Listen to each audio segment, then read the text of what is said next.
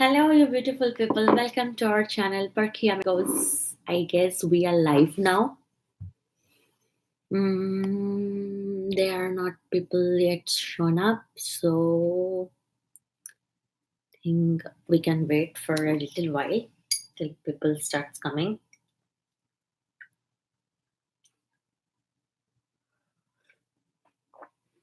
I see someone joining up.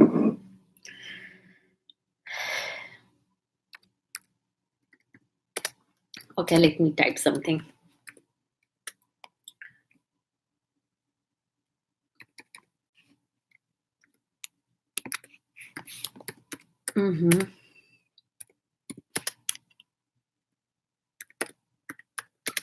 So basically, I'm writing the same thing that I said, that welcome to our channel, Perky Amigos. This session is totally dedicated to question answer for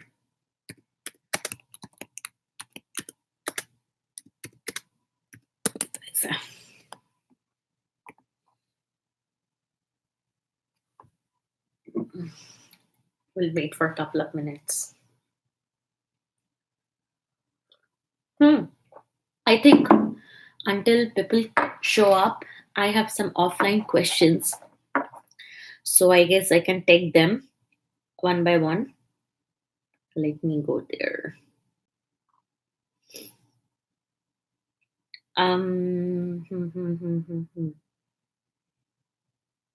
Okay.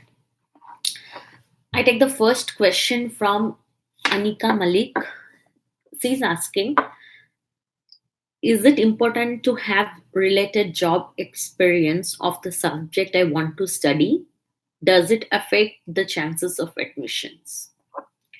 Okay, to Anika, my answer will be when you are going for like submitting your resume while filing an application, that resume must have everything that is required for your application to that particular PhD program. So for PhD, it is very much advisable that after you have completed your graduation or post graduation, because for bachelors in engineering, they if they do graduation for 4 years that they do in India, it is eligible that they can apply for PhD. So if you have completed 4 years of graduation, post graduation, everything should be minimum 4 years. So after you have completed that, you should not be sitting idle at home. So if you work in any lab or if you do any jobs that is related to your study area, that is definitely going to boost off your resume. But if you are working in some area which is not related to what you want to apply for PhD, then try to connect both of them. It is all about whatever is there in your resume, you are trying to actually connect how it is going to boost up your application package. So let's say if I am applying for an MBA degree, maybe I want specialization in finance, but I have done a job in marketing. So basically you can connect that, how you understand the sale things, how the sales go up, sales go down, how you're apart from being a financial guy, you also know the stuffs of marketing. So try to make everything inclined towards your advantage, like how it is going to be advantageous for you in your particular application. Try to connect that. But yeah, don't try to go out of your zone that you can't connect with your study thing. In that thing, it will be a good thing for your resume, but I am not sure how much it is going to affect you for your application package. So I think that Anika's answer is like somewhat I have completed that.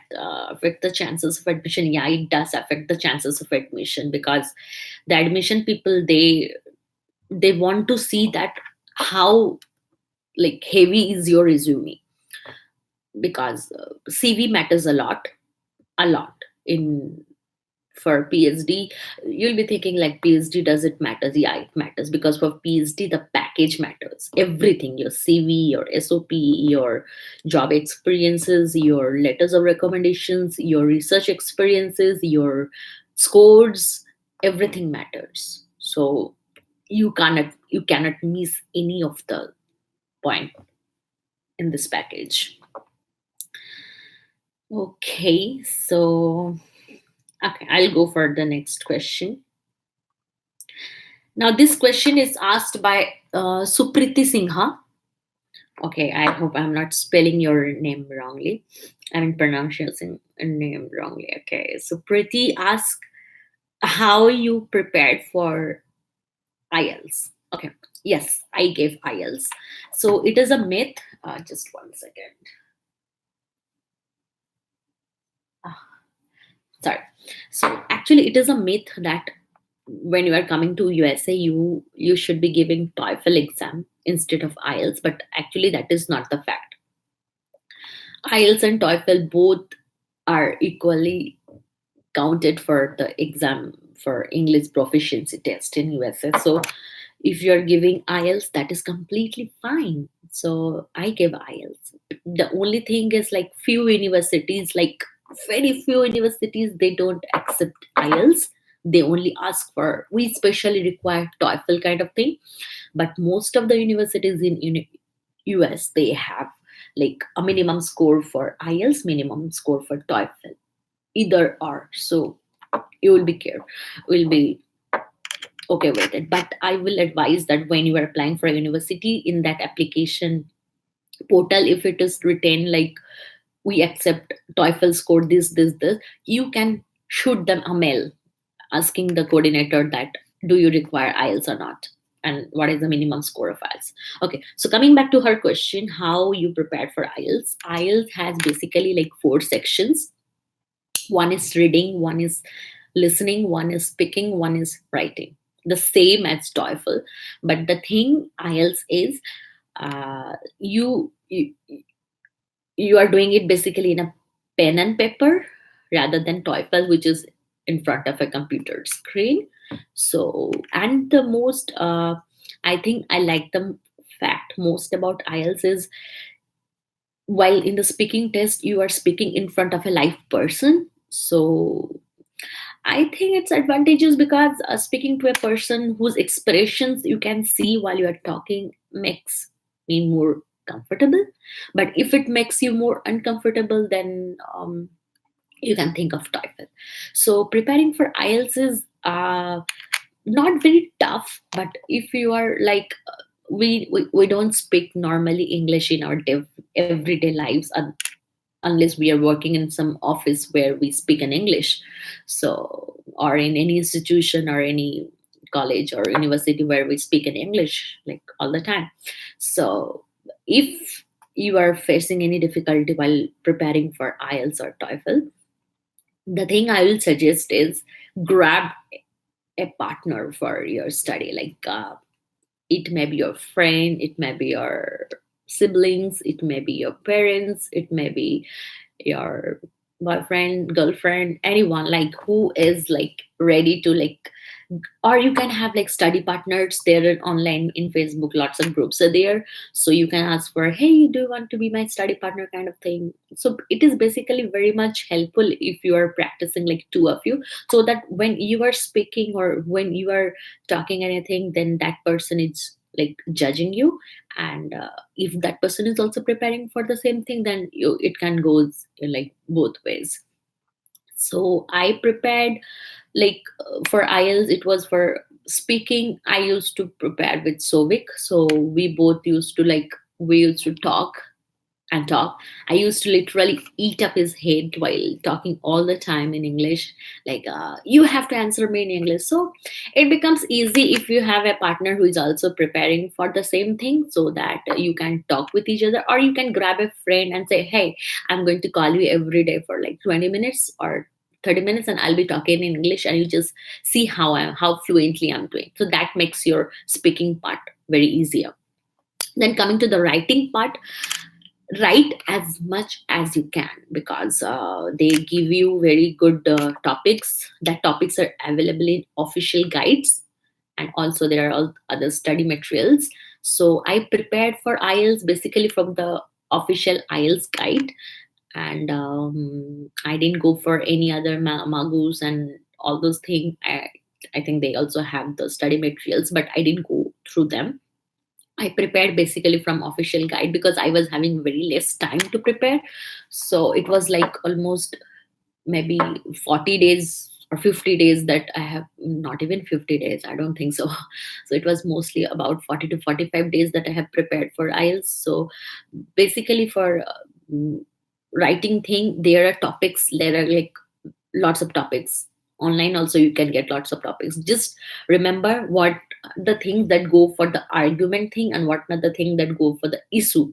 So there are basically two tasks: argument task and issue task. So you must be knowing what to write in what. All the instructions are very detailedly given in your official guide.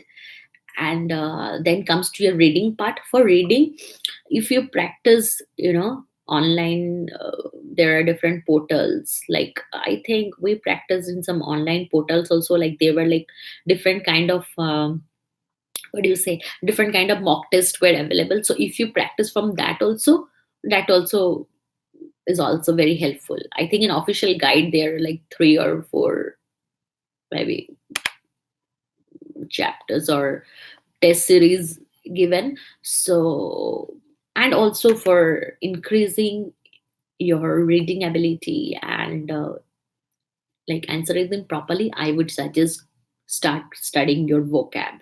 So building your vocab is very important, and if you build it like on a daily basis, it helps a lot.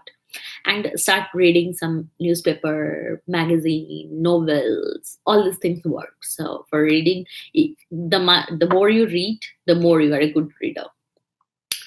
Okay, now coming to the listening part, uh, try to like when we're even sometimes movies work if you're watching English movie, how their accent is, because the thing is, whoever speaker will be in front of you, he will be having an accent, right? So try to be familiar with that accent, because that accent is not what we normally speak. So try to be familiar with that accent, how you are understanding their words, what they're trying to speak, what they're trying to ask. So whenever you're watching an English movie, like watch with the subtitle with your headphones on, so that you can understand what they're saying in different words.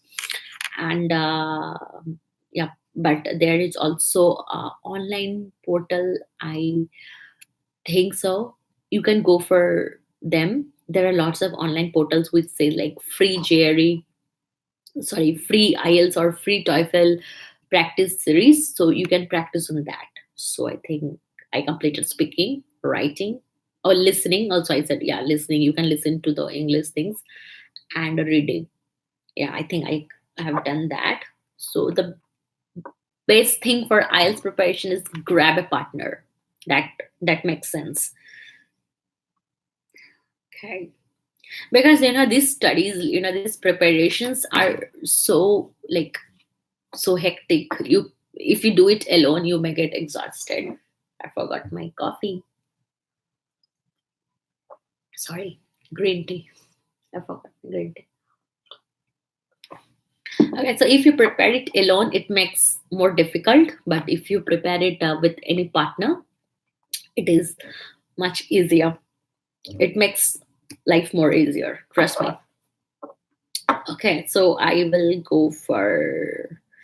Okay, now next is Kapil Patil. Kapil Patil, I guess. Okay. So he is asking how much yearly scholarship you have received. This depends.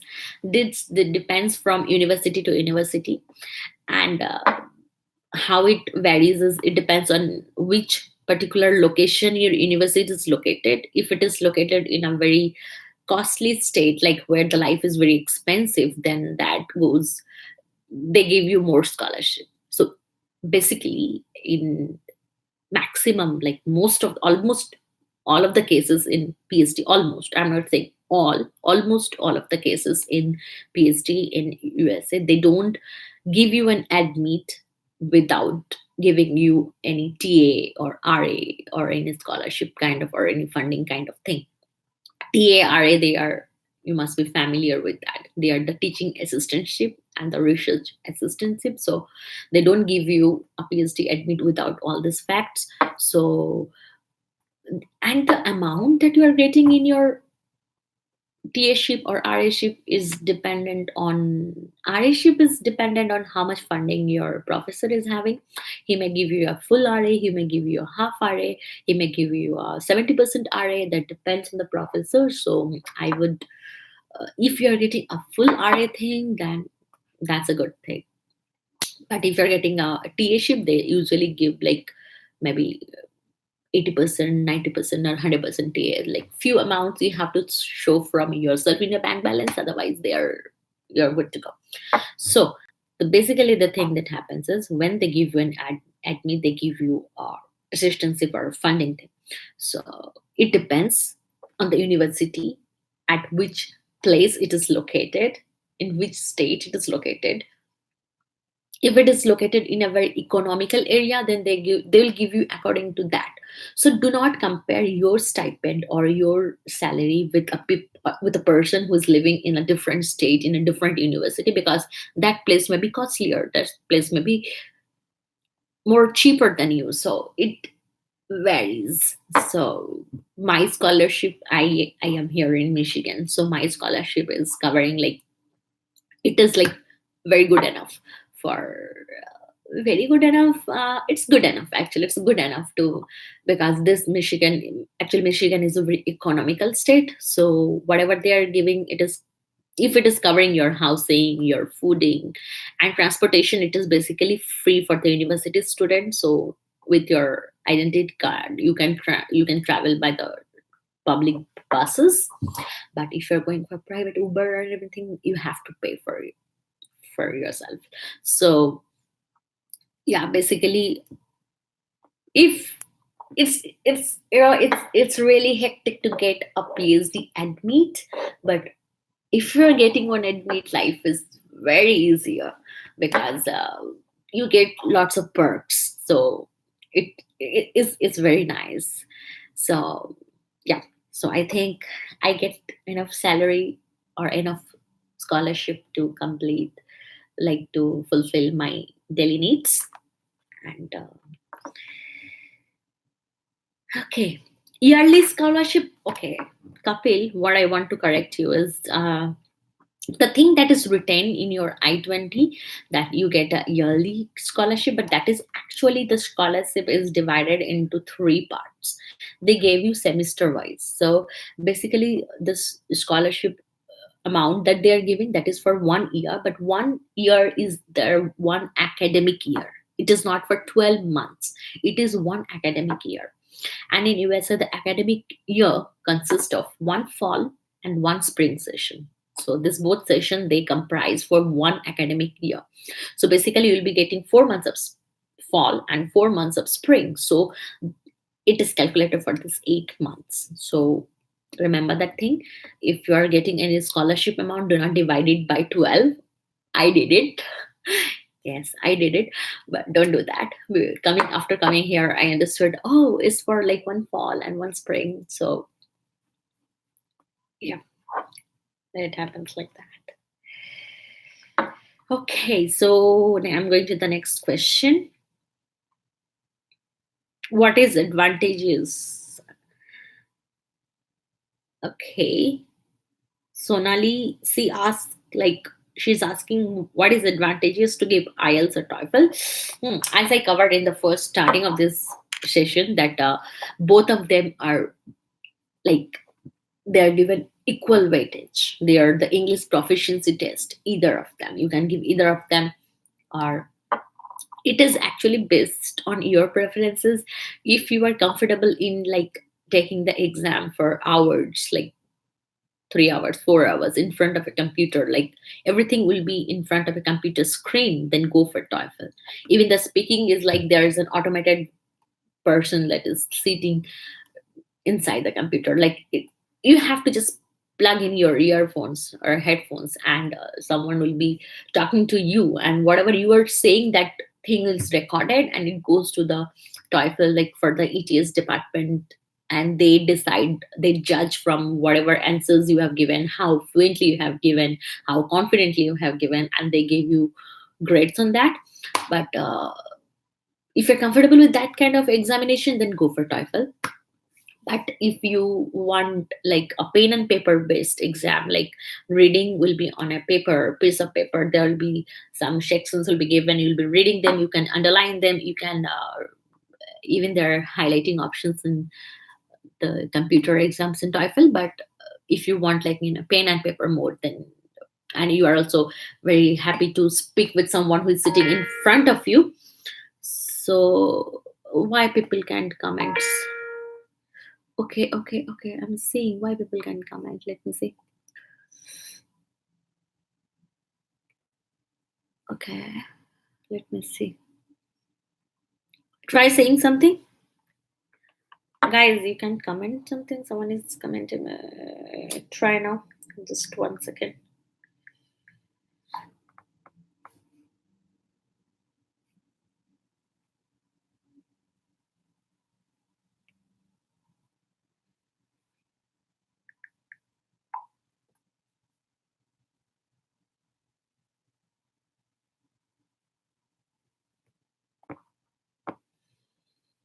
Hmm.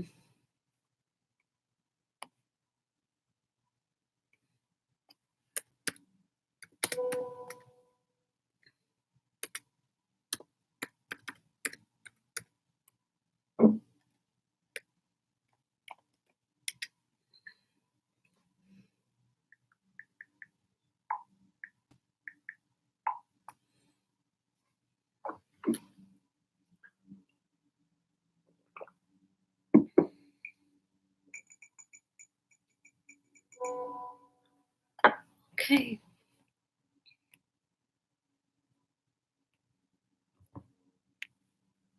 Just 1 second. Some people are commenting that they can't comment. So I'm trying to solve that.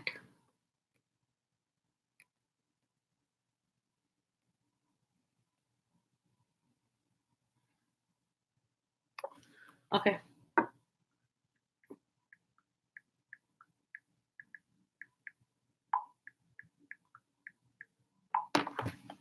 Okay, okay, okay. Let me see.